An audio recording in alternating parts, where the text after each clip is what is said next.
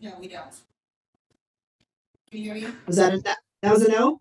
That's good. No. Kara Speak said up, no. Kara. Okay. Thank you. And I did tell, I'm looking at our agenda here, and we have a lot to get through, although they're all sort of either small or I'd say medium-sized items. And I did talk to Director DePass, and I'm going to move the future policy topic to after our discussion on a couple of the policies we're going to discuss today. Because it's a introduction to a topic that Director DePass would like to bring before both the policy committee and the board. So I'm going to start first with let's see. I guess I'll give an quick update on the district student council bylaws. When we passed the revisions to the student representative and district student council policy, one of the requirements is that the board approve the bylaws. So there's a process that's underway right now of some bylaws revisions. So at some point in time, they'll pass through our committee as a way station before they're just sent to the full board, likely to be a consent agenda item, but they are not ready yet.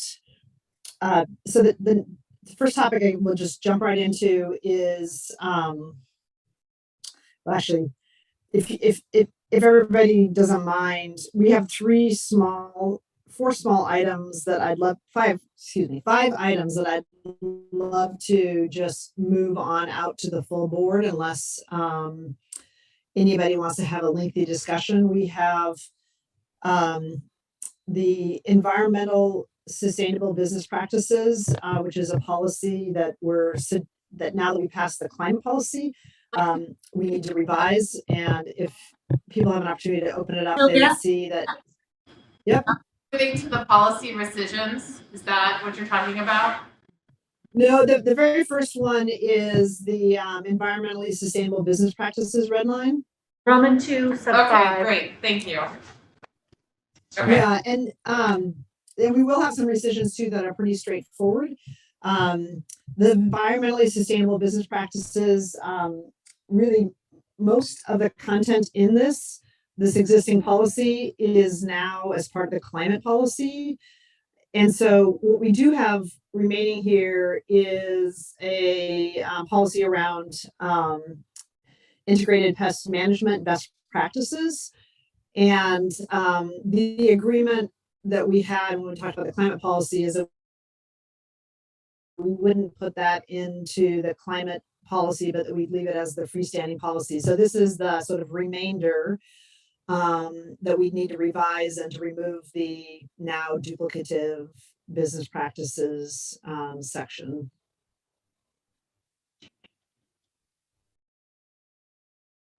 Does anybody have any questions about those changes?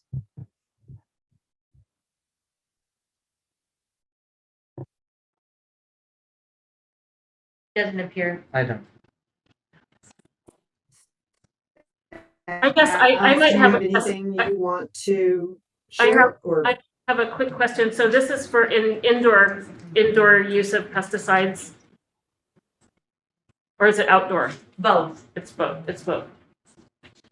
Oh.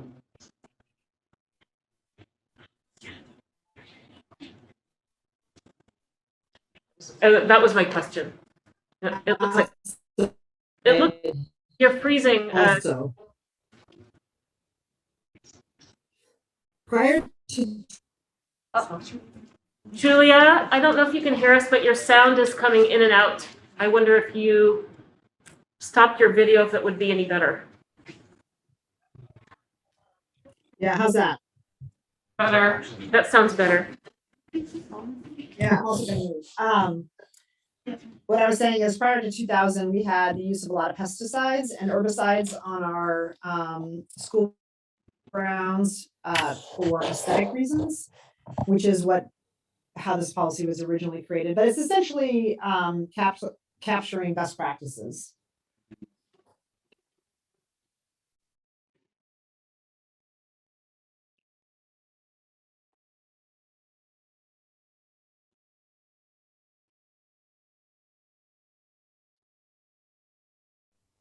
Any additional questions, or can we move it out of committee? I would be in favor of moving it out of committee. I support that as well.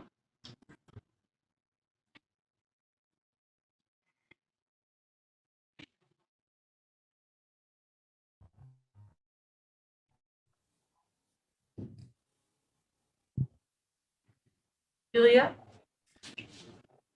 Objection? Any objection, Jackson No. or Danny as well? No.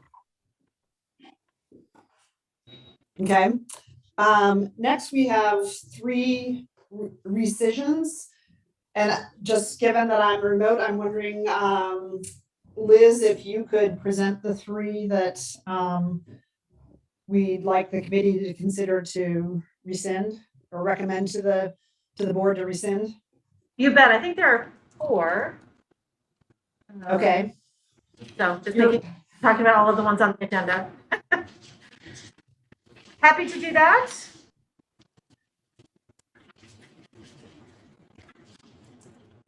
My papers are in the order of the agenda, so hold on, I'm getting them in front of me. Okay, thank you. I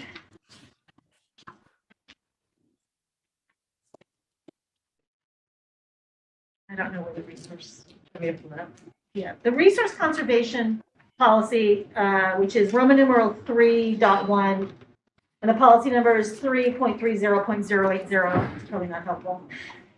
It is just redundant. It is a lesser version of the climate policy. I think what was passed by the board after 2 years of work, it completely supplants this one. So that's why that one is recommended for rescission. The term of administrative contracts is covered by statute or elsewhere, and it was last amended in 1995. It's really just an unnecessary policy. The administrative salaries, which is on the agenda, Roman numeral 3.3.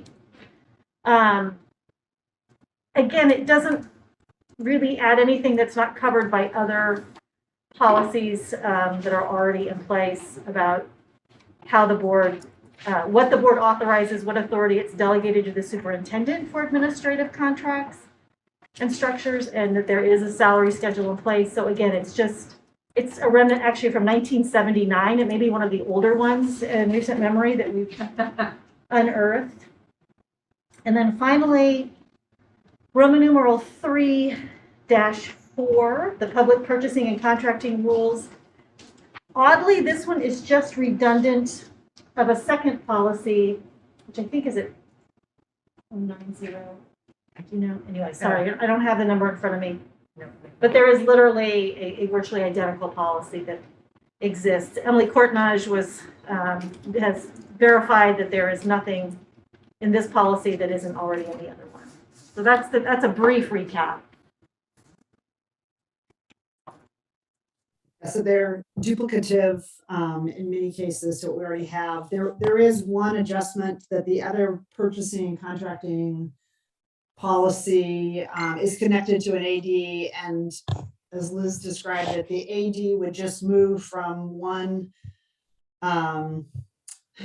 it would move from one policy to the other because it's currently referencing the policy that we're going to be, the duplicative policy that we're going to be getting rid of. Is that correct, Liz?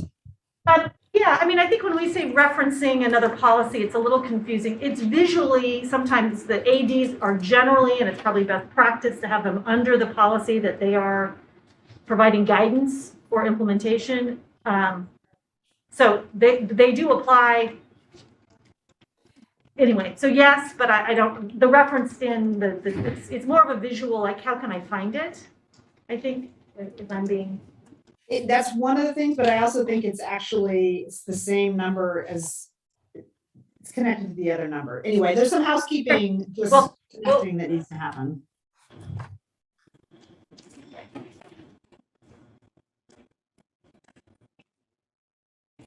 So happy to take questions if anyone has any. If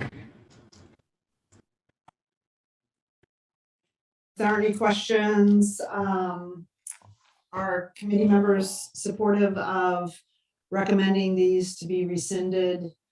Or that recommended that we have a first reading on the rescissions of these policies. Yes. Yes. Danny and Jackson? Yes. Great, thank you. Okay. The next item on our agenda is, I believe, the complaint policy. And we had a introductory discussion of this at the last committee meeting that we talked about the current complaint process, and it has 3 steps. And we talked about the consolidation from 3 to 2. One of the benefits of that is a more timely resolution of complaints that are brought to the board. And there were some questions that were raised by committee members about whether, like, how many complaints get to step 1, 2, and then 3. And that data has now been both circulated to committee members, but also uploaded. So people can see over the last couple of years, the number of complaints we've had to step 1, step 2, and step 3. So I think for me, one of the questions is, whether the board will now get more complaints because we're consolidating steps, because there's currently 2 staff appeal or 2 staff steps and then 1 board step, and this would be 1 staff, 1 board. In addition, last committee meeting, there was a reference to a survey that was done, and it was sent to all the individuals who had filed complaints, I want to say since 2014. And there was about a 27% response rate. And there's a PowerPoint in the,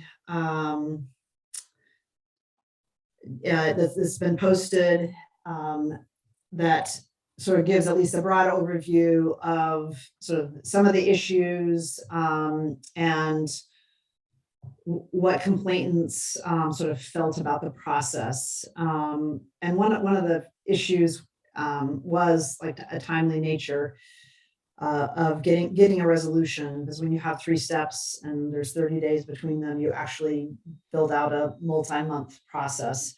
So those are the materials we have available based on the discussion that we had at the last committee meeting. They so the sort of the biggest change in this policy draft is 1 fewer steps, which should result in complaints being resolved in what may be perceived by the complainants in a more timely way, because their final appeal comes in a shorter period of time. And there's also a number of other changes that have been built into the revision draft. And Liz, would you, since I'm not there, would you mind walking through the major proposed revisions? Get to that. I just wanted us to look at the data of the complaints year by year. So we're talking like the board would see 6 or 7 more complaints a year than we see now. So if you look at those percentage increases, it's a 9 to 13% increase in the complaints. So I think it's important that we construct a process that's responsive to folks, but I think that's a good awareness that we as a board are committing to show up for more complaint hearings and to do that process. And I think one good thing to remember is that when folks get to us for the step 3, it's not a problem-solving moment. That's not what we're doing. We're not there to solve that person's problem. We're there to make a decision based on what the staff has done. And so I don't know if it is helpful to have another problem-solving step in there, because that is not the role of the board.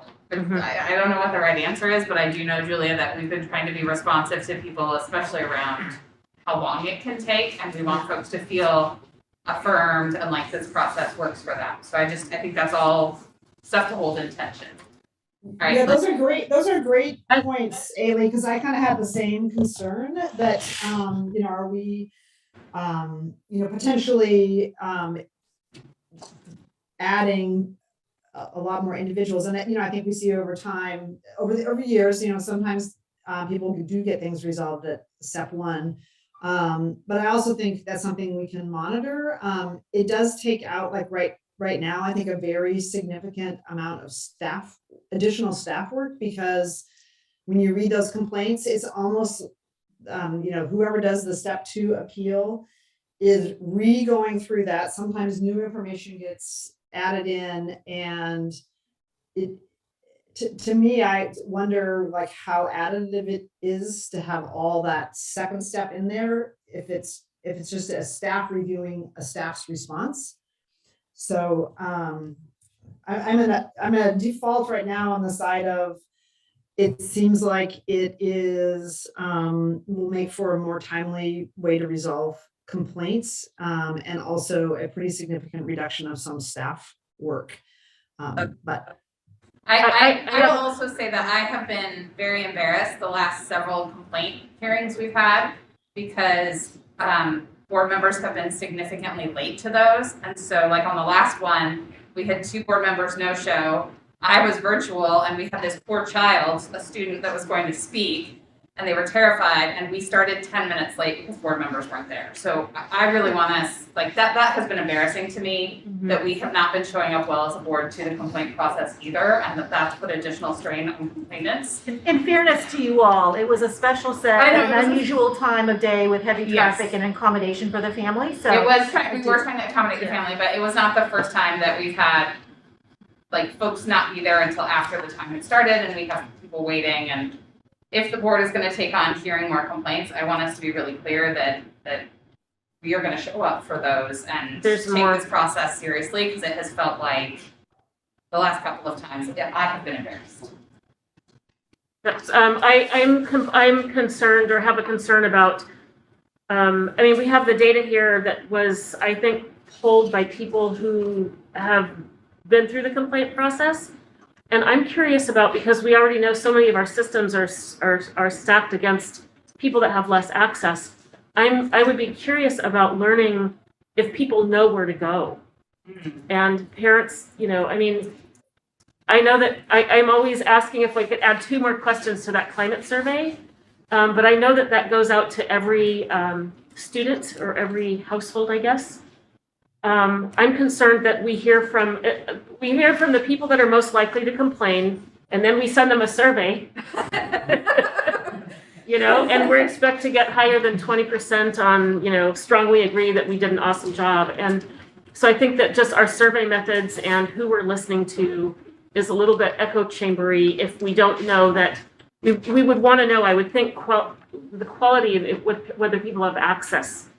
So we're wondering, we hear from the people that understand the process, and we do not hear from the people that don't even know how to engage. They don't know that they can talk to their teacher and principal. And well, Chair to pass, but if I may, and I have a number of folks from here joining, including Jamal Tibbs, who is our family engagement manager. I get your title wrong. No worries. Sorry. Jamal has been, to your point, Jamal's been instrumental in last year in his role here to connect with the families who may not understand this process, right? This process is burdensome, it's bureaucratic, it doesn't actually meet the needs versus, and so many times, and Jamal, you can speak to this, he works with families who have an issue, who have a concern about PPS before it gets to the police. And I think that's an important note, because you don't see all the positive work that's happening to address these issues. So I don't know, Jamal, just wanted to kind of give you that opportunity to talk. Thank you, John. So it's one of those things where parents, we've been able to turn other parents away from wanting to file formal complaints by re-engaging them with their school communities to meet with the principal and talk about the concerns at hand. Now, I think the real concern is when parents want to file a formal complaint and they want to connect with their school yeah. community. So that's kind of the tussle that I'm seeing now, that parents want both. So I think that's something we're gonna have to figure out. Is that something we want to do, is allow parents to file a complaint and to connect with their school for building that relationship? Or do we want to do one or the other? I don't think we Yeah. can deprive them of the right to file the formal complaint, and it would be odd to tell them not to talk to their principal in those instances, so. So, but then Yeah. what I'm seeing happen though is with complaints moving forward, there's still often that, the concern of the school feeling like they're somehow being wrong when the parent wants to file that complaint still, but then meet with them to resolve the issue. So it's just an interesting place to be. Is it possible to pursue, I mean, that's a parallel path where they're doing kind of both. But we're not, those people that haven't complained aren't reflected in our data either, or would have, you know what I mean? That we're not surveying, I think we're just surveying, I'm not sure who we're surveying. People that have. So what I can do is, formal what I've had Carl, myself, what we've been doing is we've been documenting all the families we've worked with as well. Excellent. Because I knew one day it would come to a point where you want to know. You already knew it. Yeah, so we can get that information too. So what I thought I heard you say about the like doing the reconciliation work with the school while there's still a complaint in the process is sort of that puts the school in a weird position where they're trying to work with the family. Right, but yet there's But they still also complaint. know there's like an investigation happening, and so it feels like this weird, I think, you know, we all watch Law and Order, so we live in this world where we kind of like, okay, we don't want to mess things up or get in trouble legally while we're trying to resolve something. So, Correct. so is that what you're Yes. saying, is that it puts the school in a weird position? So that might be helpful with our complaint policy to really help schools understand, like, what is this, how does it work, so they can continue that really important community work while not feeling like they're gonna get caught out or get in trouble while the complaint is also happening. Yeah, because that is weird as a principal, if you're like, well, if I do this thing, then am I gonna get, like, this complaint is happening, I think everybody wants to do the right thing for the kids and not create more problems. So if we could maybe our administrators do that. So one of the things in the policy is that we're supposed to get an annual report that has some trends, so that we actually can, you know, are there ways, you know, ideally we don't have our school community having to use the school complaint process. So there currently is a like annual report just talking about trends. And I think that's, you know, as things get reset, as we come out of the pandemic and as we change the policy and we now have a much more robust sort of informal process to help parents, that hopefully we can capture that and see what other things we can do to really, you know, because I do think that actually the informal resolutions versus going through the formal complaint process usually leads to, I think, outcomes that are better for students and for our school communities. So hopefully next year that's something that we can capture, like how many individuals and also how many individuals that didn't go into the formal complaint process because they had a more informal support and going through an informal process that led to a like swifter, more satisfactory solution, and really welcome staff's, you know, perspective on other things we can do. Michelle, the other thing, and this isn't getting to I think the core of the issue you're raising, but our current policy doesn't have a link to the formal complaint process on our homepage, which is one of the law's requirements. So one of the changes is, you know, requirement that this be on our district's home webpage so that it's, you know, more accessible versus several clicks in. And then in all the languages, as I'm sitting next to Miss Sager, Marifer. And so as long as that's in languages, I guess. The complaint process? The link to the complaint process. Should be if whoever is managing that send resolution. It's technically on the homepage, it's very small. It's at the very bottom. Okay. Liz, do you want to and maybe we can walk through them all and then decide which ones that people feel they need to discuss or have questions about. Sure, I think many of them are self-explanatory and cleanup efforts, but I'll start on the first page. That's really cute, you think that. It is, yeah. This policy is kind of like a puzzle. You just keep finding more stuff the more you read it. So then you'll see a paragraph that's deleted. The district shall create welcoming environments. We added welcoming to the paragraph before, and there was so much overlap between those two. Which one are we talking about? I'm sorry. The formal The complaint complaint, policy. Sorry. That's okay. So the idea is not to back off any of these commitments about accessibility or welcoming, but acknowledge that that is already stated in the policy. It doesn't be there twice to each other.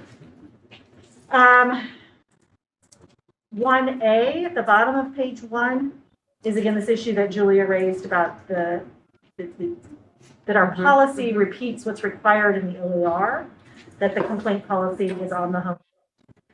It in fact is, but we need to make sure that the policy language is actually aligned with the regulation.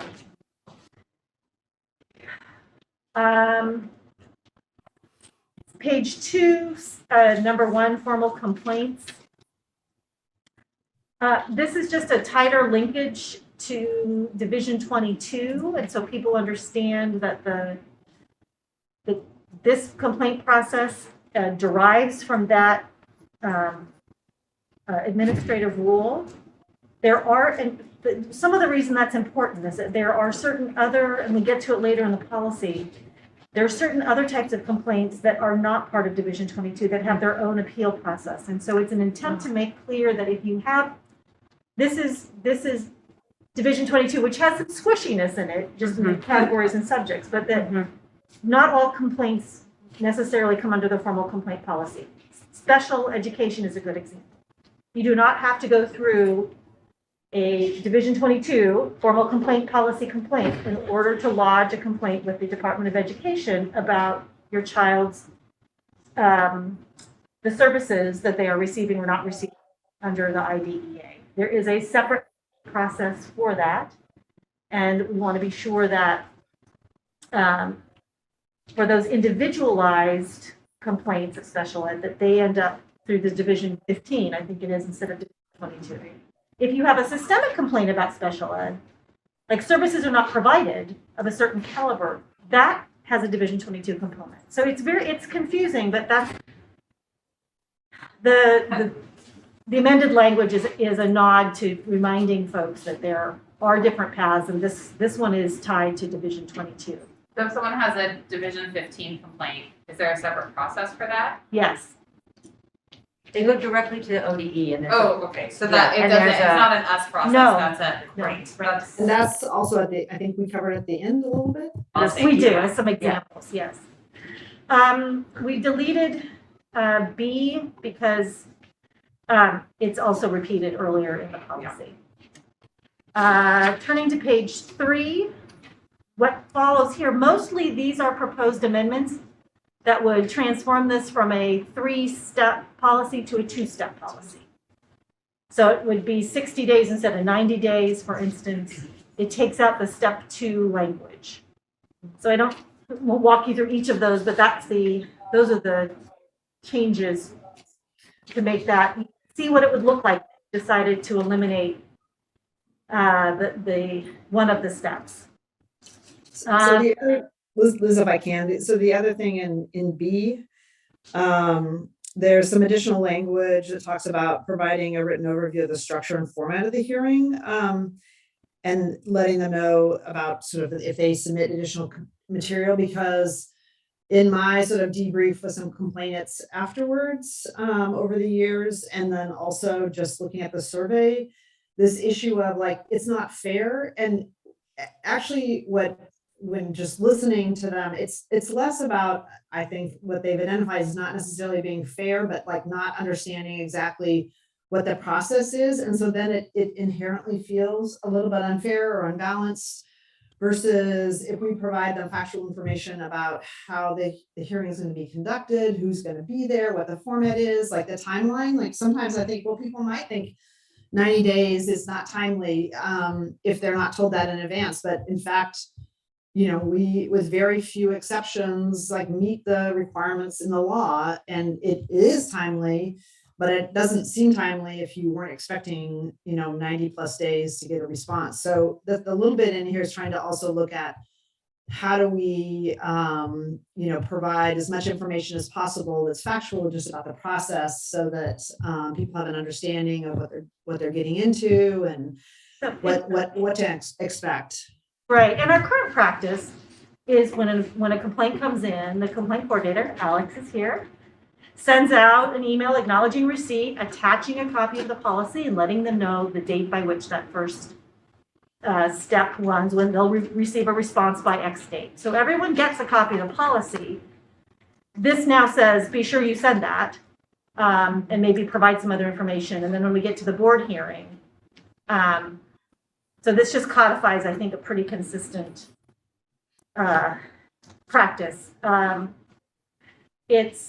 It also makes sure that the complainants receive all the documents the board has before them, unless there's some reason that they couldn't be shared. Examples of that could be an attorney-client privilege document. We don't have a lot of those in the formal complaint process, but they can exist. It could be the discipline that was meted out to another student involved in an issue that was part of the complaint that would be protected by FERPA. It could be an employment decision. So most of the time, those documents are pretty consistent on both sides, what the board receives and what the complainant receives. This documents that. This also requires us to explain whether this will be held in an open public meeting or in a closed executive session. 3 years ago, there was an amendment to a statute that allowed for discussion of confidential student records, which is a lot of these individual complaints can be made in a closed session, as you all have experienced, so that media and others you're not exposing the child's private records, you don't choose to those audiences. This requires staff to make sure that's explained. This is just, I'm sorry, Liz, this is just another case where, you know, sometimes people show up and they're like, what's the principal doing here? Or why is that person here? And so just, you know, and like, why is the public here? Or I thought it was just going to be me and the school board. So again, just we're not changing our process, just being, you know, really sharing about what people to expect, because most parents are, and certainly students are, nervous going into this process because it, you know, by its nature sometimes seems adversarial. And so again, trying to get families, if they are in the process, like comfortable about knowing what to expect throughout the process. May I add something? Yes. If I can add something, so you were asking me about the translations. So in 2020, we translated the policies into the 5 languages. We also have a website that has all the explanation of the special education versus the normal complaint process. And I'm happy to share that with everybody in case you don't have it. Thank you. That's great. Yeah, I'd love to see that.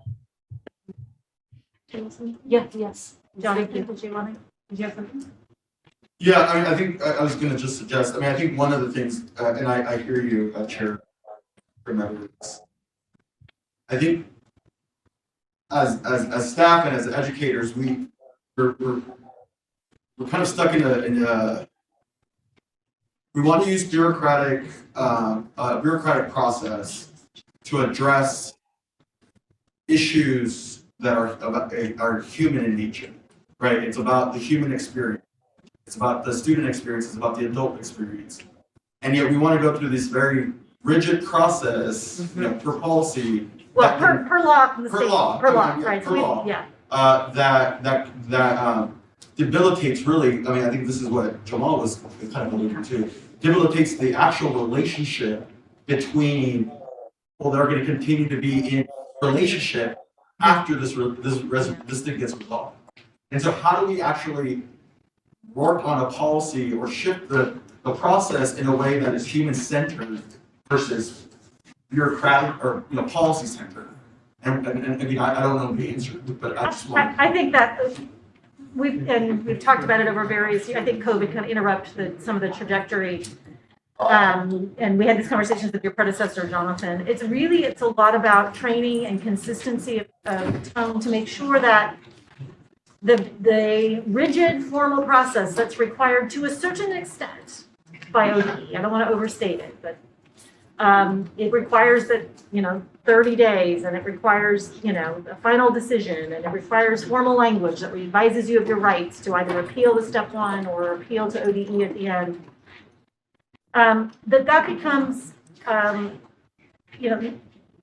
the experience of the families in there of being heard and cared for, their child is cared for, right, is part of the training and culture building. I think it's very consistent with some of the strategic plan about a sense of belonging.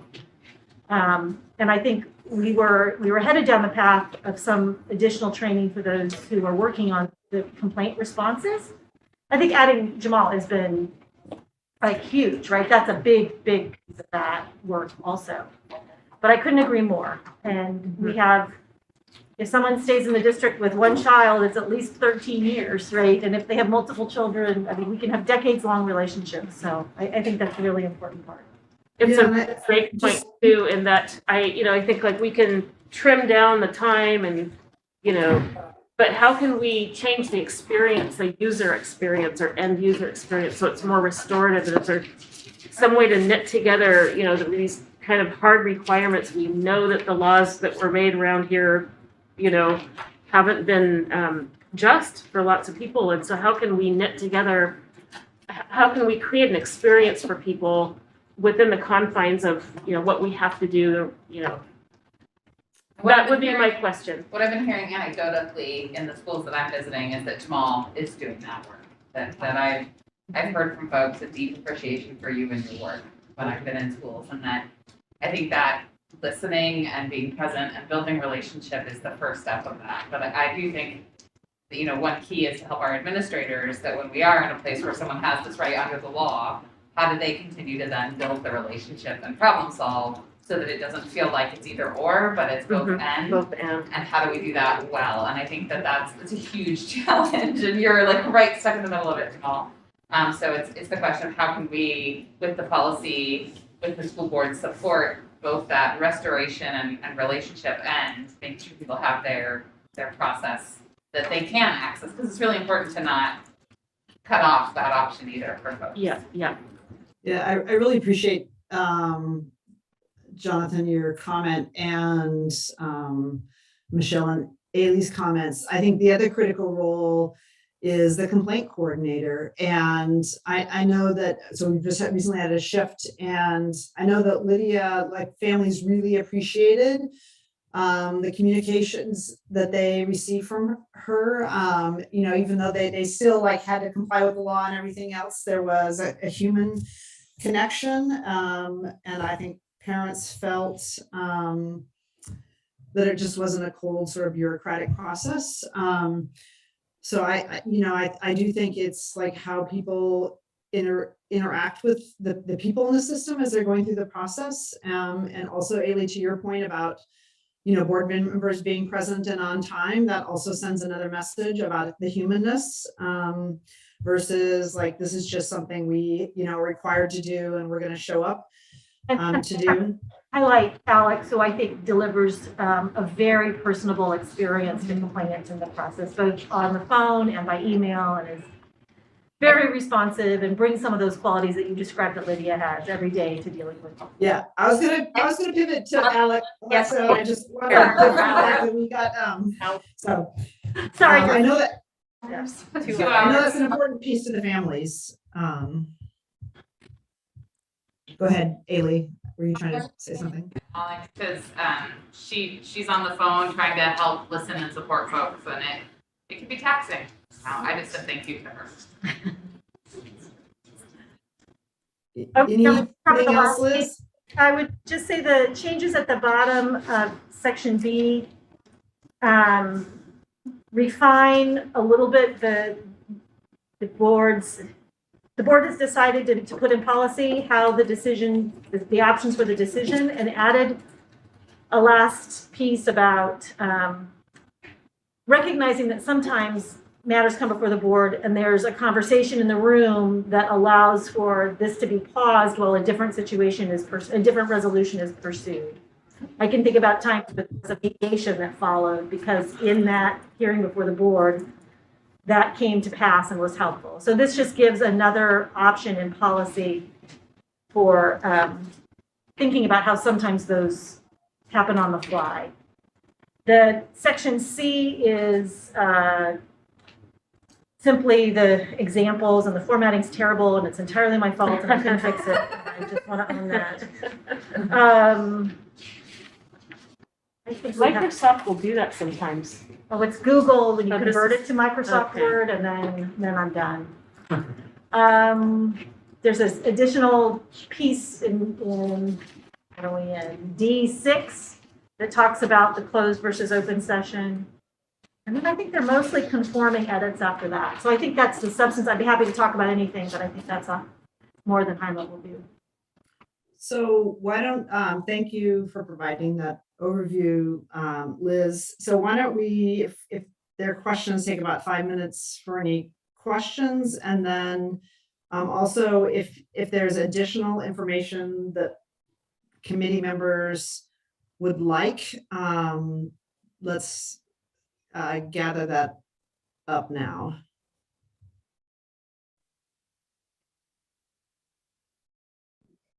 Yeah, when I'm looking at the on the slideshow on the third slide, it lists please select all the people who work to resolve your concerns.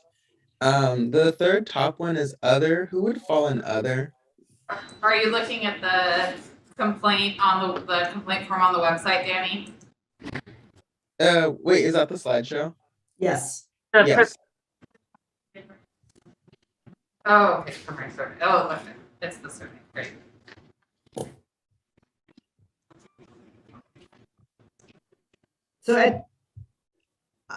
So one of the things I think, and you know, any data collection or survey is always a snapshot in time. And at this snapshot in time, we actually had an ombudsman and had a slightly different structure.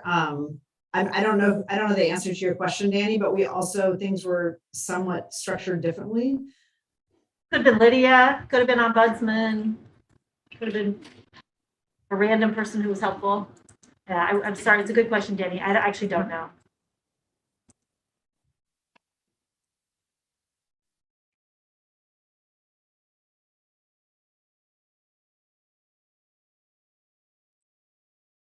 Any other questions or information that individuals would need, or parts of any of this that you either don't support or would want to change?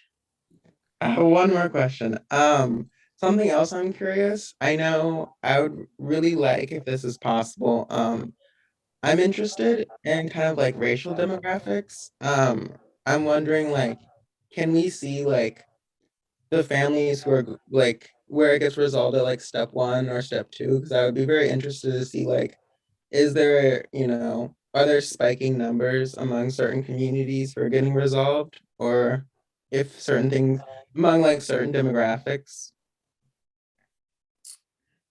Liz? I don't know. Sorry, I'm not the author of the compilation of the data. And I just don't know what we have. It was compiled under a entirely different regime. We can go ask, but I don't know today. I'm sorry, Danny.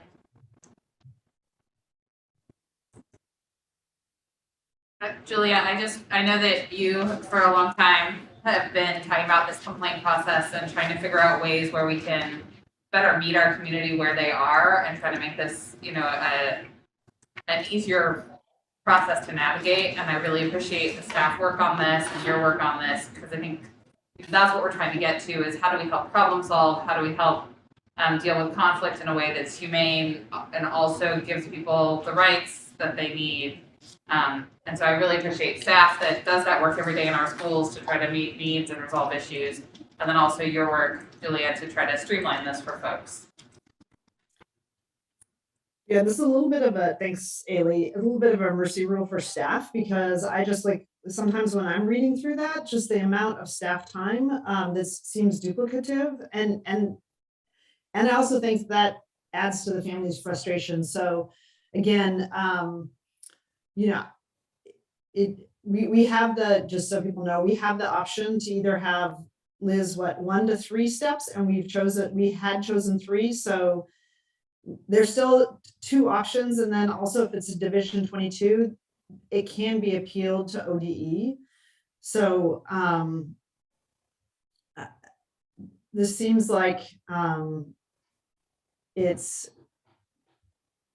will be better for the complainants and also from a staff time. Yeah, I think time to resolution is important. And I think it's, concern raised about how many of these will come to the board then, I mean, I think that's a real counter consideration. I do think there is some speed to resolution should make resolution easier. I mean, I hope that gives us an opportunity to also have conversations at multiple places if something's particularly difficult to resolve. But yeah, you can have, like you said, Julia, 1 to 3 steps, no more than 30 days for each step. You can decide to define where the final step is. Some districts don't have it before the board. I think probably many do. I don't know the exact numbers. But anything, once the decision is final under the district's process, it can be appealed to ODE if it's a Division 22 topic. We didn't have this marked as an action item, so it was just a discussion. But if what I would ask committee members, if between now and the next meeting, because I'm not hearing substantive disagreement, or I feel like I'm hearing support for the changes. I also will want to have a conversation with Director Green, but if people have anything they would like to change in the next, or concerns they have, will you let me know next week, by mid next week? Otherwise, I'll put it on the agenda for action at the following meeting. Does that work for the committee members? Yes. Yep. Yes. Ailey? That's I fine. said no. Okay. Liz, do you need anything else on that particular policy? No, that's good. Thank you. Okay. If everybody could just bear with me, I'm just toggling between documents. So are we not following the agenda here? No. We're skipping around. Okay. You're not meant, Why is that? because we just decided at the beginning of the meeting you weren't here, but we decided it was okay to kind of to move around a little bit. Okay. So we're moving around for. And I just would say it's Yes. really hard for me when we don't follow the agenda because I'm trying to flip between materials and figure out where we are. So Yeah. It's also hard if they're publicly posted and people plan to attend roughly based on where they think their agenda items are when they're gonna be addressed. That's a good point. I don't think this was, I mean, I think we were trying to get the quick things done first in the first half. So. Yeah, and I apologize in advance unexpectedly. I couldn't attend the meeting, so I switched things, and then I heard from Herman at the last minute he couldn't attend either.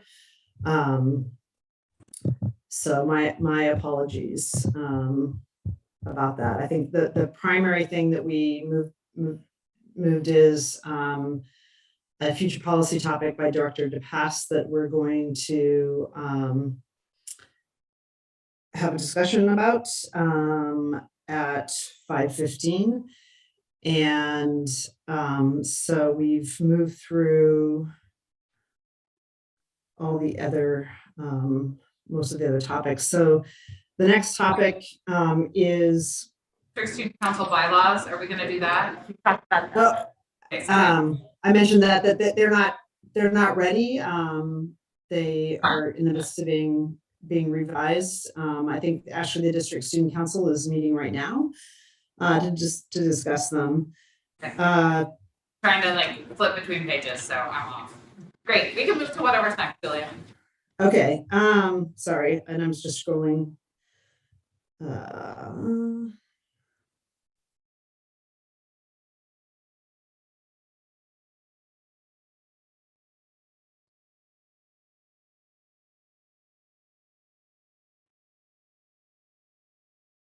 Sorry.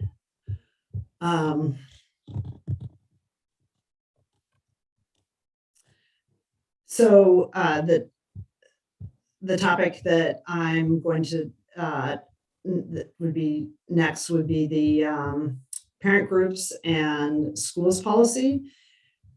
And there is documents that have been uploaded. One is a conceptual draft, and I emphasize draft,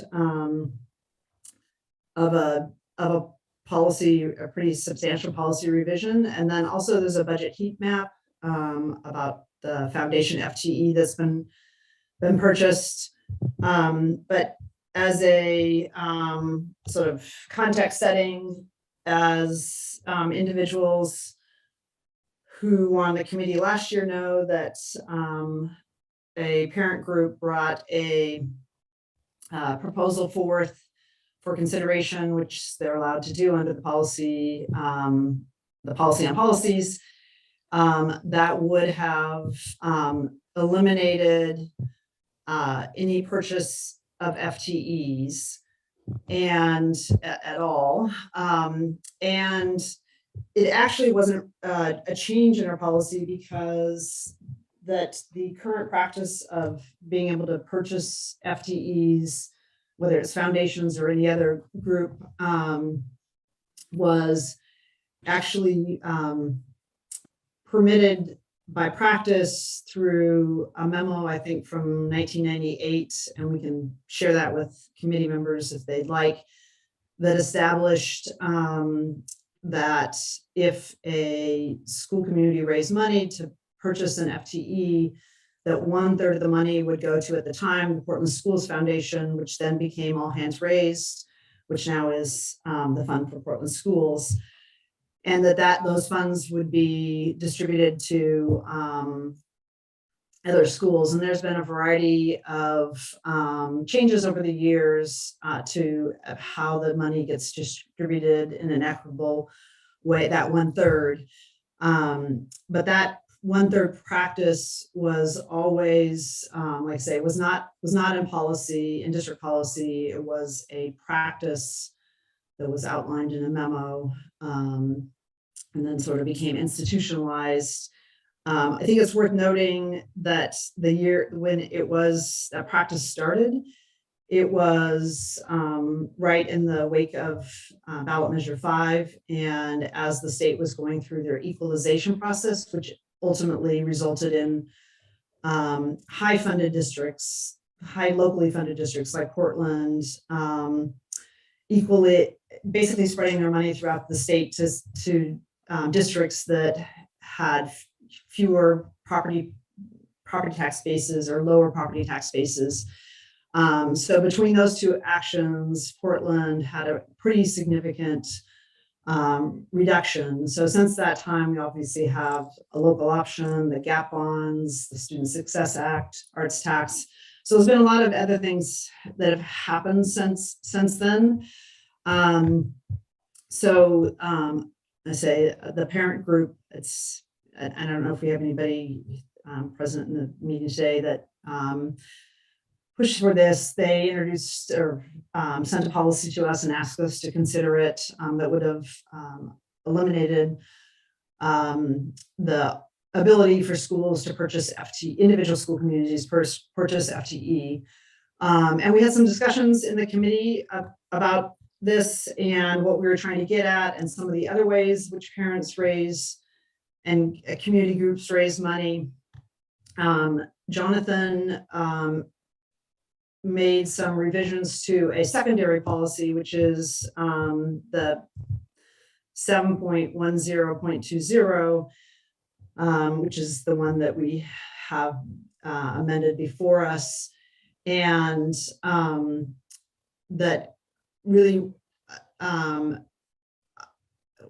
how I describe the collection of some of the changes were to include more people in decision making, and to be more inclusive in community events that actually are tied to fundraising, and also linking any of the funds raised to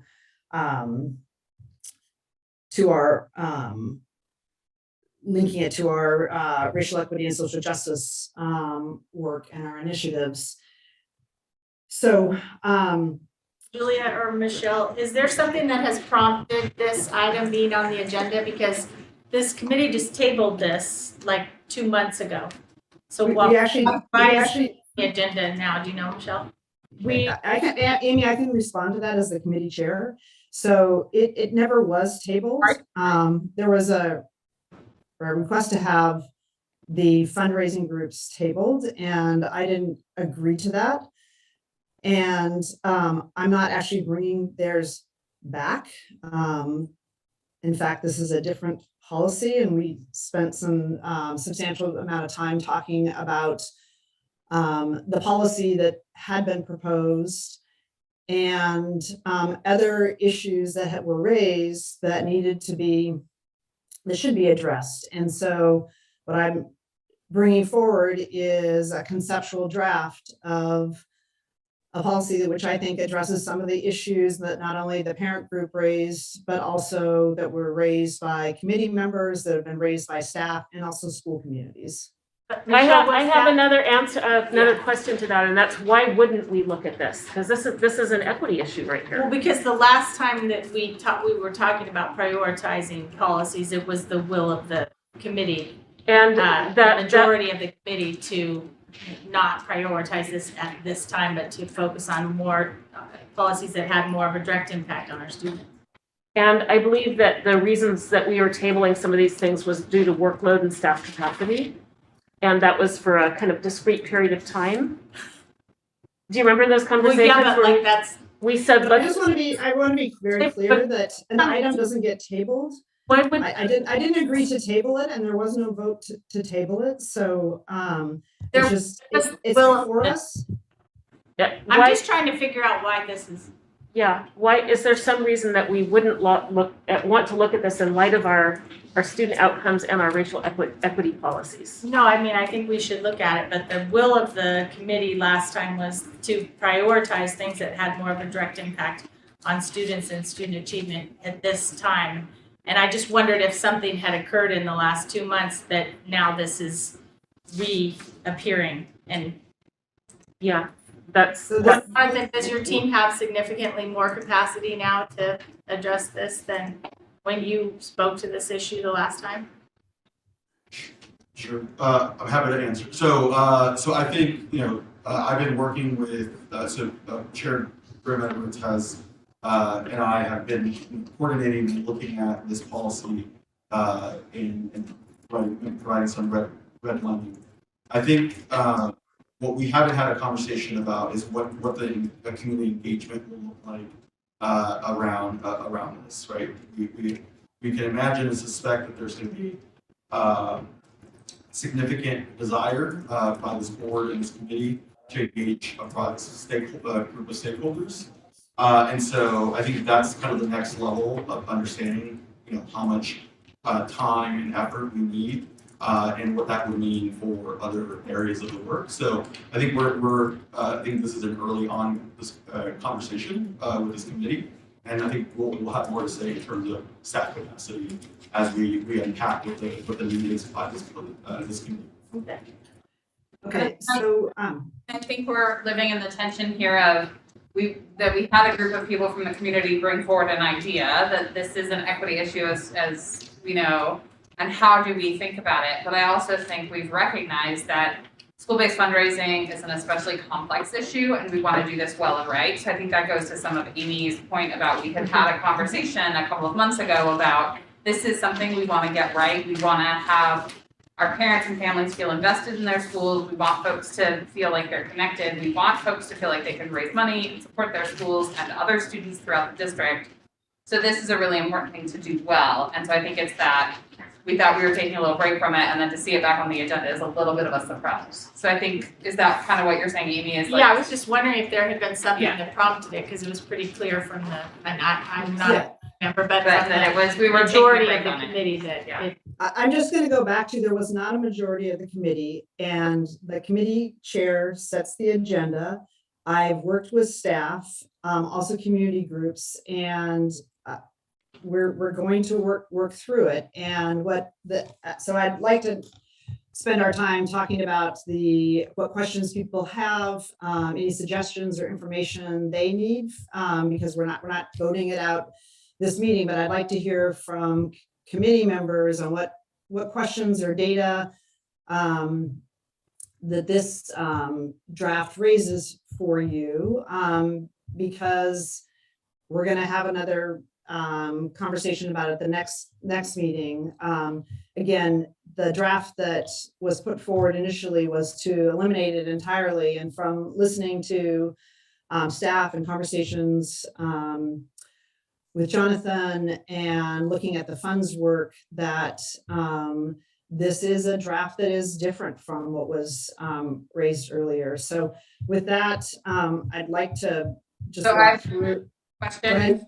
So do you want a question? So my question would be, I would be very concerned about us implementing this for the next school year, right? So I would not want this to be implemented in 22-23, because I did the math and based on the heat map and the 0.75, and it would be cutting about 14.5 positions. And with the cuts, or the reductions we're experiencing this year, I think that would be a blow on our schools. So I would like us to consider, yes, this policy important, and yes, we need to do the work, and how do we treat our schools humanely? And so I would like us to not, and staffing's already happening, and so people are counting on some of these funds already. So if we do this, I'd like to have us, think about implementing it in 23-24. Yeah, I really appreciate you bringing that up, Ailey, because I think it was contemplated as a step in. And again, this is a hard conversation for those individuals who have been working on this for, several years of like, there's a step in, not a cliff. And so I think that's a very valid point to raise. Not to mention and the we fact that also- staffing has already taken place and foundations have already actually paid their bills. I think we need to really also balance, there's a sense of urgency on my part of like addressing some of the equity issues. And so I think we need to balance, Ailey, what you said about, people have counted on this money, but we have severe student achievement gaps this year. Everybody knows that. And so at some point we have to do something differently. We can't keep doing the same thing expecting a different result. And so, and that's why I see it. I see the inequities. Maybe it's not evident. No, they're evident on the sheet. I think my biggest. We have the data, and it's important to me. It's a personal value, and it's why I'm here tonight. And my biggest issue. If I, And I missed my nap today. My biggest issue with the community proposed policy was that it would end foundations and schools' ability to fundraise for foundations. And right now, the foundation is the only school-based funding that even has a glimmer of equity to it. That our PTAs are not, they are standalone, they do their own thing. And so my concern is if we end our foundations, those school communities that raise lots of money are still gonna raise lots of money. And that's gonna go into PTAs, and there is no then funds for other schools. So And there's no equity grant. there's no equity then, and we lose about $4 million in equity funding. So we need to reform our school-based fundraising. And this goes into what we were talking about at the last board meeting around field trips as well. Yes. We don't have good information on who's raising money for field trips, who's getting to travel. And I go back to, I've said this 1,000 times, you all know my story, but I was on the Llewellyn PTA. We raised a lot of money. We were able to send our kids to outdoor school twice in elementary school. We were able to buy Chromebooks for everybody. my friend who was the PTA president at Woodlawn, that was not their experience. They raised a couple of $1,000s and did a community night, right? And Yeah. we gave teachers grants, so they got $250 to buy supplies for their classroom every year. That wasn't happening at Woodlawn. So when we talk about school-based fundraising, I know there's a lot of passion around the FTE issue and the equity there, but I actually think there's a bigger equity issue in we're raising monies in schools. People should give to their kids' education and support that. And we know we have huge economic disparities in Portland. How do we get creative about PTAs partnering and working together? And how do we stop this mindset of this is my school, my kids, and move to this is our school system, our kids? And when I talk to friends who are in PTA, they're super excited about that. Like they want to do that work. So I'm always careful, like if we change the foundation piece, we have to be cognizant of the unintended harm we might be doing to the equity work by changing one piece and not looking at the whole system. Yeah, I appreciate that. Step of like, let's start to reform the foundations, but let's also talk about the bigger, the field trips, all of The it, larger. and how we can continue to have support for our schools and help bring more equity to the way we live as a system. I think to your point about the complexity of it, Go ahead. the issues that we need to look at that would take some time on staff's part is like, what would the impact be to the general fund if this went away? Because we see some of these schools that are raising a lot of money, they are at the very, very bottom of our per student spending from the general fund. So if those foundation dollars went away, inevitably, at least some of those positions would need to be shifted to the general. Would they? Is that actually? Well, unless, that's I mean, Okay, so I'm gonna exacerbate the Well, spectrum. my understanding is that anything raised for by the foundations is extra on top of staffing. What do you mean? So like when the staffing formulas go out, those foundation positions are things that, so like, again, when I was at Llewellyn, we were able to add a 5th grade teacher, so we had 3 units of 5th grade instead of 2, but the district staffing model was for 2. Yeah, I think principals at that, the schools with the lowest So the money district from the would, general fund would disagree, but yeah. yeah. But then the question is when we reallocation and look at the numbers, because there's a foundation staff position, does that change what happens in October when restaffing happens? So what I'd like to do with time is I'm going to go around to committee members and have you give me 2 to 3 either questions or wonderings you have, or what information that you would like for the next round of this discussion. And I'll start with whoever wants to start first on the committee. So I'm going to take that question Amy just asked about how the staffing formulas work and say, what is the impact on the October sort of make right readjustment that would change with the changes to the foundation policy, if that makes sense. Or I guess, does staffing allocation depend initially, like we already know there's going to be 1 or 2 FTE at the school, does it then say we can? Yeah, so I want to be clear, we don't supplement, maybe using the wrong word. We're not replacing, so these are, to Director Constant's point, this money is in addition. It does not have anything to do with the school district's staffing allocation whatsoever. So I just want to be very clear because of. But in It's October, supplemental. Okay, so I don't want to get into a discussion about it, so I appreciate Jonathan the answer, but let's get the questions out. but the question is, what about in October when we're looking at where are there holes and where are there too many kids? If, if Llewellyn has 3 5th grade teachers, but because you were only funded for 2, but the foundation bought 1, and now the staffing allocation would normally then give Llewellyn a teacher, but you don't because there's a foundation purchased 1. I don't know if Okay, so Or we vice- have the question. What, Okay, you you've have got a my question, what else, Haley? Jonathan, Is has a question, so we're good. Okay, Michelle. And What, then I'm going to Danny and Jackson. what do we, what can we do in our budget season to, because what can we do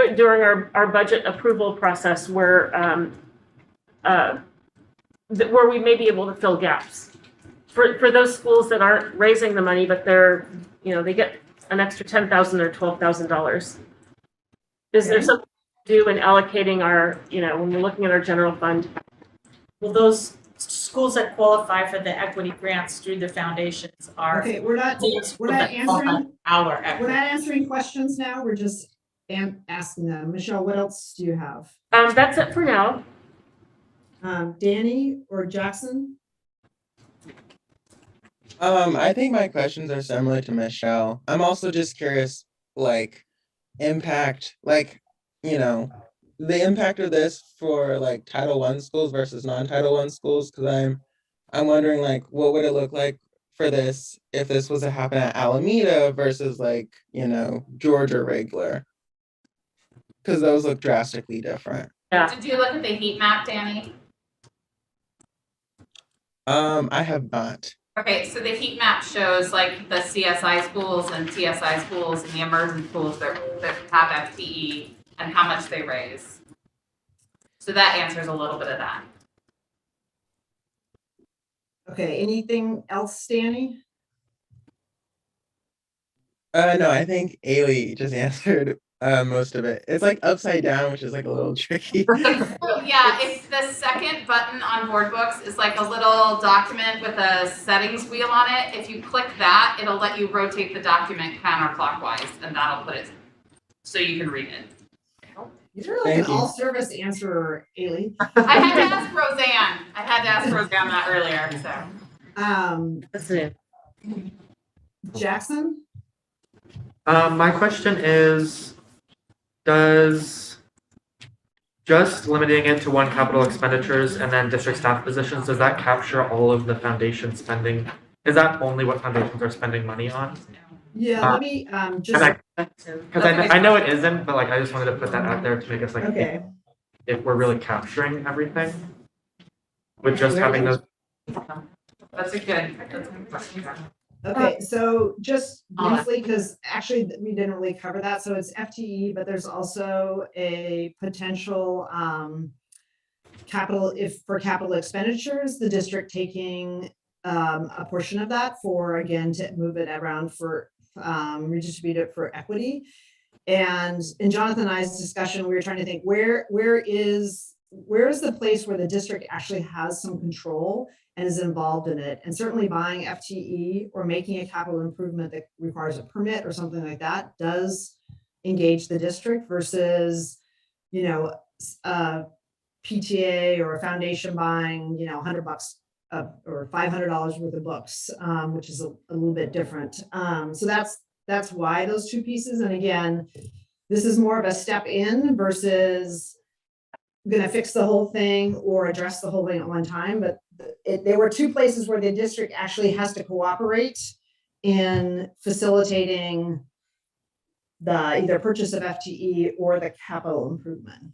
Yeah, so I guess my question was more under registration, because I know magnet schools or DLI schools have foundations, but we're not spending it on capital improvement and we're not spending it on staffing. We're spending it on other things like community nights or other things like that. Is it bad to take into consideration those foundations for nonprofits?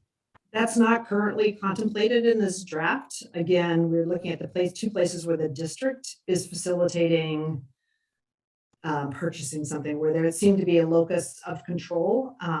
But that's a good question. And if you have a point of view on whether they should be required to register or not, you should maybe you could at our next meeting share that, but that they're currently not.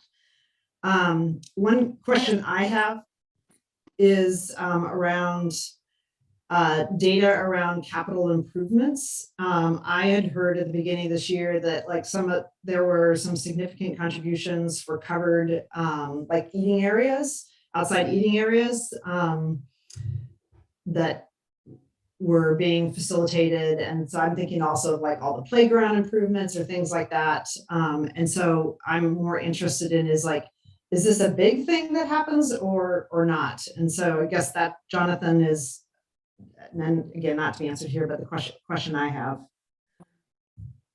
My other question, Julia, would be Oh, to look at the policy and contemplate, like, is there a sliding scale? So it says 0.75 in the kind of contemplated policy, but would it work to do 0.75 for, 50 staff? Like, could we size it up based on the size of the school community? Okay, Yeah, think about it, because we do have a very huge range of staff sizes throughout our district.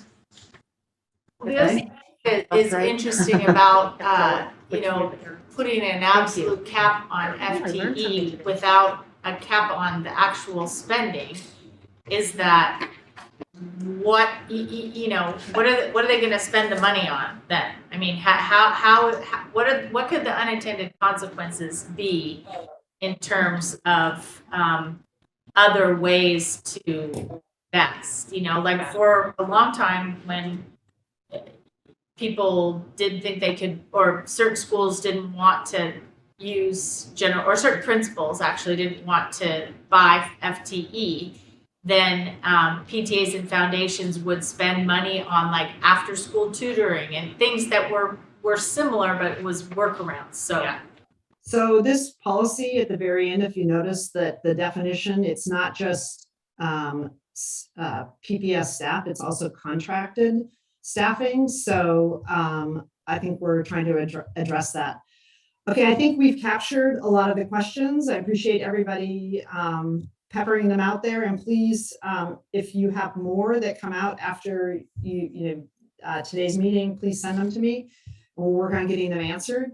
I'd like to now ask Michelle, or give the floor to Michelle to talk about an issue that she would like to bring before the committee for discussion. And before you launch in, I'm also going to just say, because we have limited time today, and this is an introduction, we'll also ask staff to inventory what's already underway on this topic so that the next time we come back together, we'll have all that, and we can also, Michelle, you can identify other areas you want, but because there's work happening in this area that will make sure that we've got everything for everybody on the committee.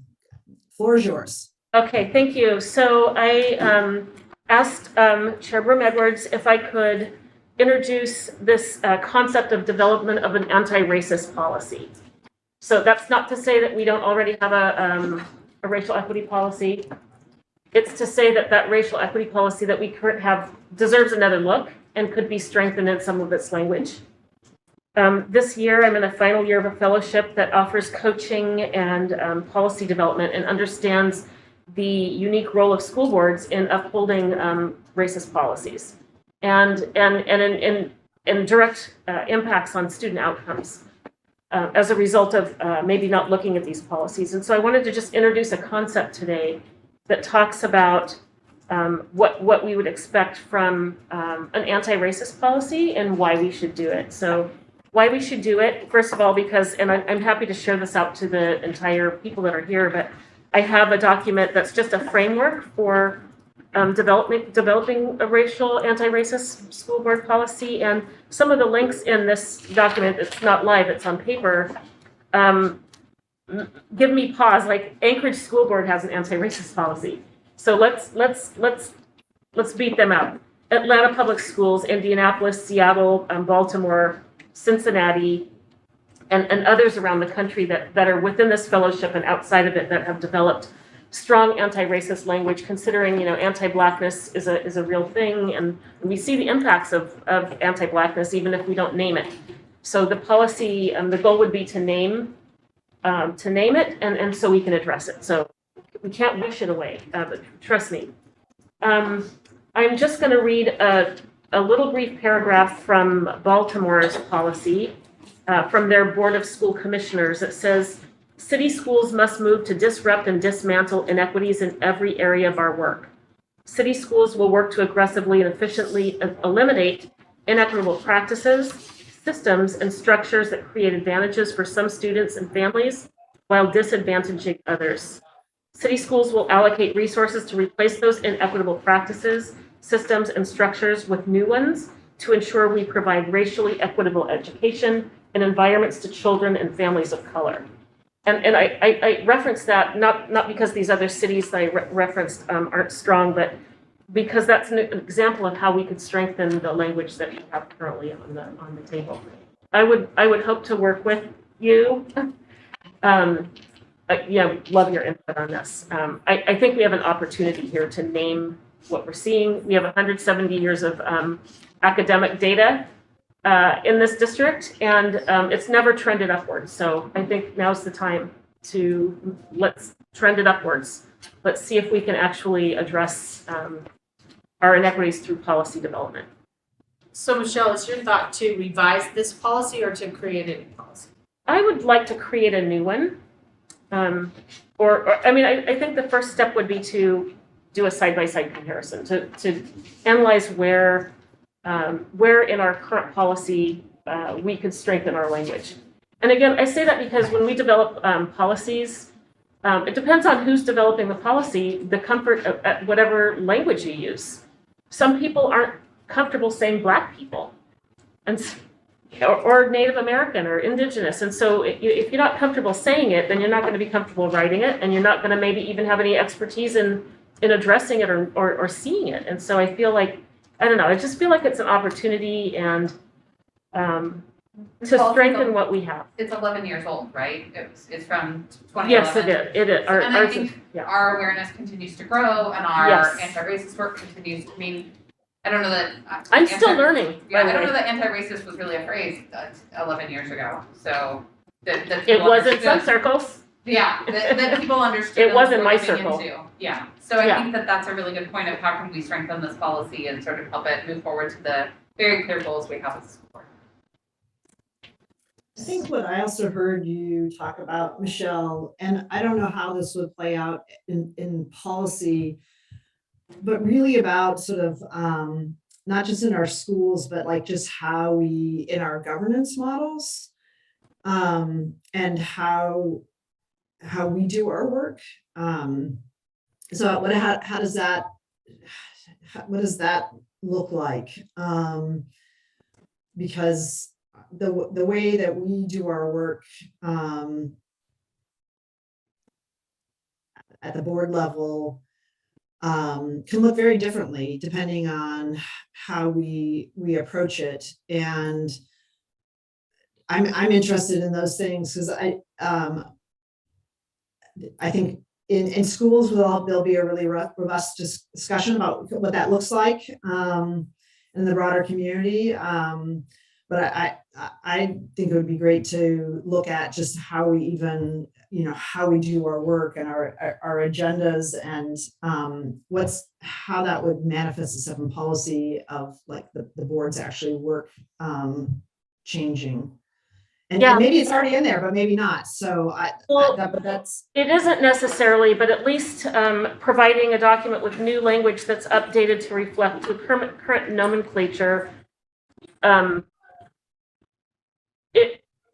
It can help the board development. I've given a lot of thought to this over the last 10 months. And how can we show up differently? Because we're all operating, no matter who we are and no matter the color of our skin, we're still showing up operating in a racist structural environment.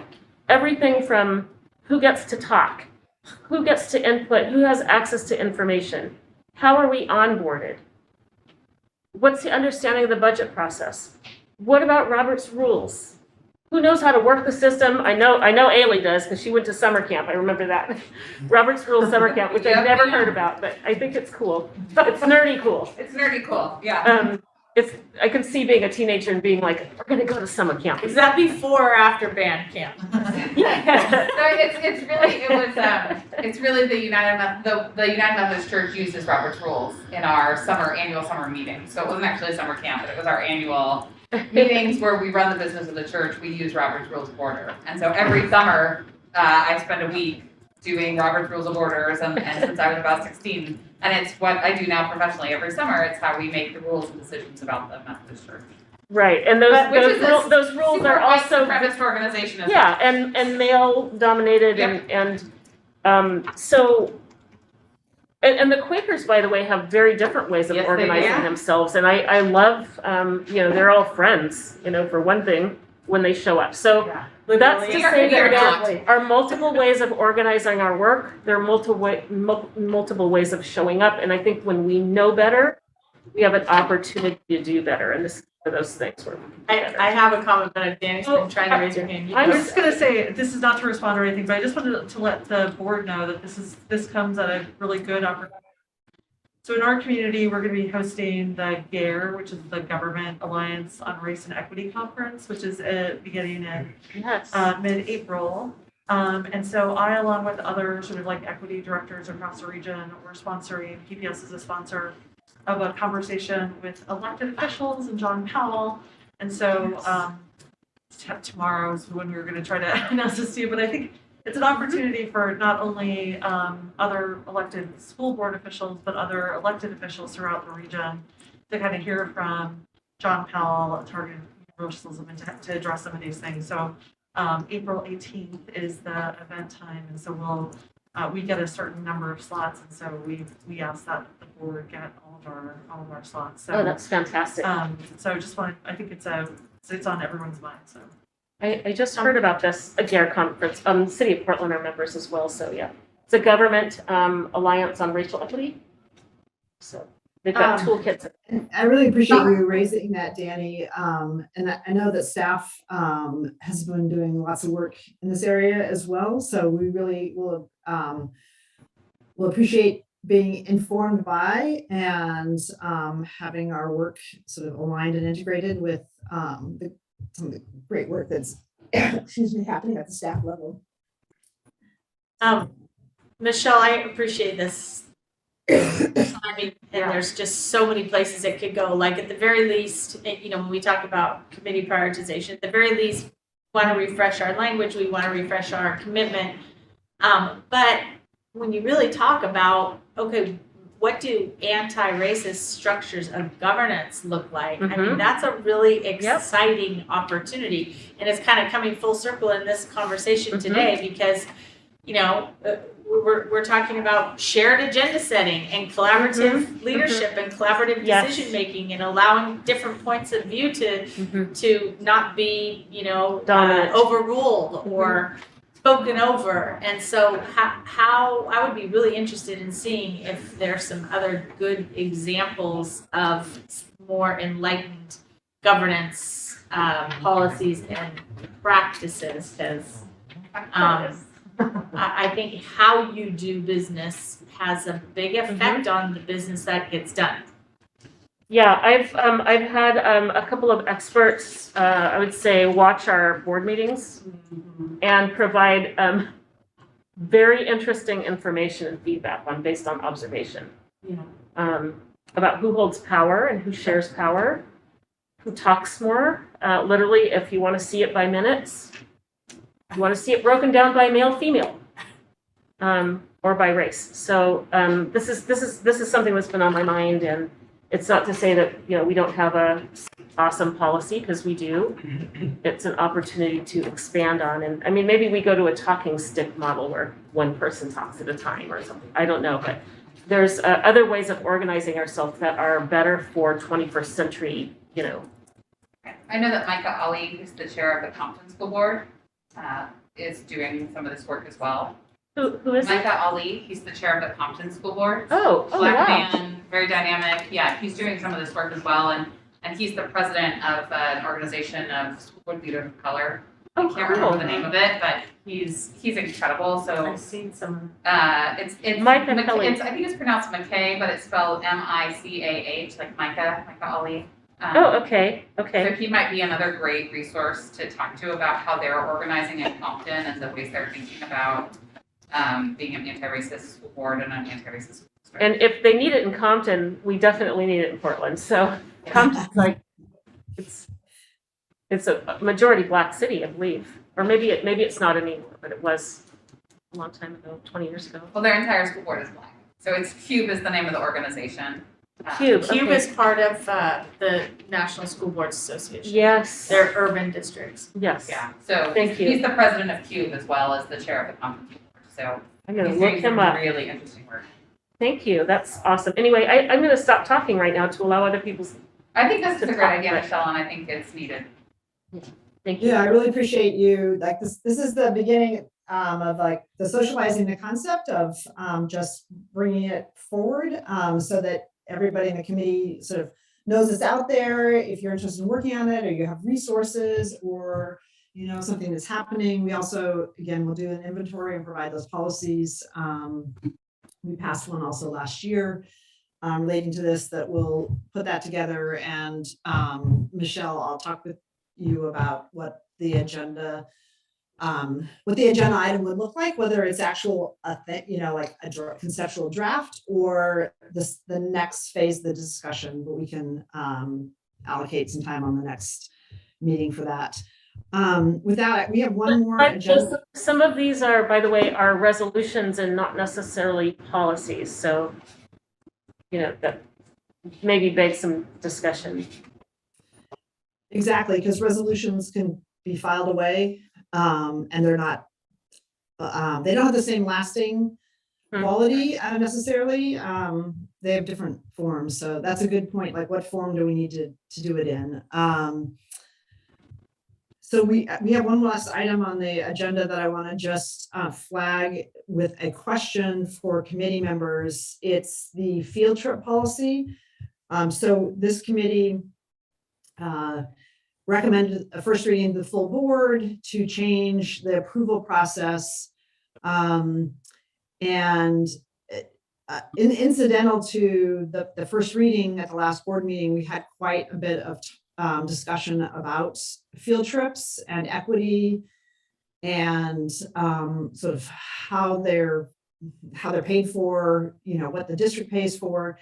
And so my question for people, for the committee members was there anything in that discussion that has policy implications, or are we, because it just happens to be happening at the same time, or do we want to continue to head that policy to be heading for a second reading and approval? Or was there something from that discussion that prompted a relook at the policy that somebody wants to raise as an issue? And I just want to give people that opportunity, because I wouldn't want to be like, hey, we had this long discussion and then we just passed the policy without any changes relating to it. I think there was a lot of interest and conversation in our last board meeting because, and we didn't get any answers, I don't think, either on how, the answer I remember getting was that we were, the funding comes through different channels, like it could be parent fundraising or could be a little bit discretionary from the principals. And so I think there was interest in learning kind of how these are funded, but just as a for instance, it says, special activities outside the classroom are an important part of an educational experience. And then we say, oh, great. So does that mean all of our, 48,000 kids get this cool outdoor experience or this out of classroom experience? And we know they don't. So it could be our language there needs to change, or it could be that we could try to ensure that all kids have access to experiences outside the classroom. So I mean, it's a big filter point. Do we send everyone to Vienna or to China? So I appreciate you raising that. Go around to the zoo once a year. You know what I mean? So Well, that was, yeah. I mean, so I don't know that I have specific language to change, although I think Michelle raised a good issue. What thing I would ask Michelle is, can we hold off having a second reading of the policy until I have a chance to talk to both Director Hollins and Director Greens, who were very involved in that discussion, before we just send it on? Because what I wouldn't want to have happen is we send it to the full board. Well, like we have a second reading or approval of it, and we have unanswered questions, and it's like, oh, we just, or people want to change the policy and we just approved it. Yeah. So you're asking for more time to have conversations about what a better policy looks like. Because my understanding was that the things that they were looking at were not policy related, but I would want to double check that. We had almost a 40-minute discussion about it at the board meeting. So instead of just moving ahead, kind of ignoring that we had that conversation, I would like to check with them. So if we could hold off the second reading till that happens. Yeah, so we can be a little bit more intentional. Yeah, I think that's great. They have a lot to say, and I think their input's really valuable. I say, it may not be policy related, but I just want to double check. And With that, 10 seconds to say one thing, because none of us may remember. There's a very small, in section 3B, this was something Guadalupe caught at the dais while it was being first read, that we need to correct supervising area assistant superintendent and change that to principal supervisor. So it's a non-substantive change, but I don't want to not let everyone know it's in there after something's been first read, so I've now done that. any objections to the change? I don't see any. So with that, Liz, is there anything else that we didn't cover? We didn't cover the weapons policy, but I think we don't have time, and we need Director Green here for that conversation anyway, because the changes are responsive to the concerns he raised. Yeah, and I apologize for Molly or Kyle, like if you're there and Hanging out in the wings, but we'll explain what happened. okay. Yes, I do think Director Green is going to be instrumental to that discussion, so we will carry that over to the next meeting. Right. Thank you, everybody. Thank you, everybody. Thank you too. Thank you. Are we adjourned, Julia? Okay.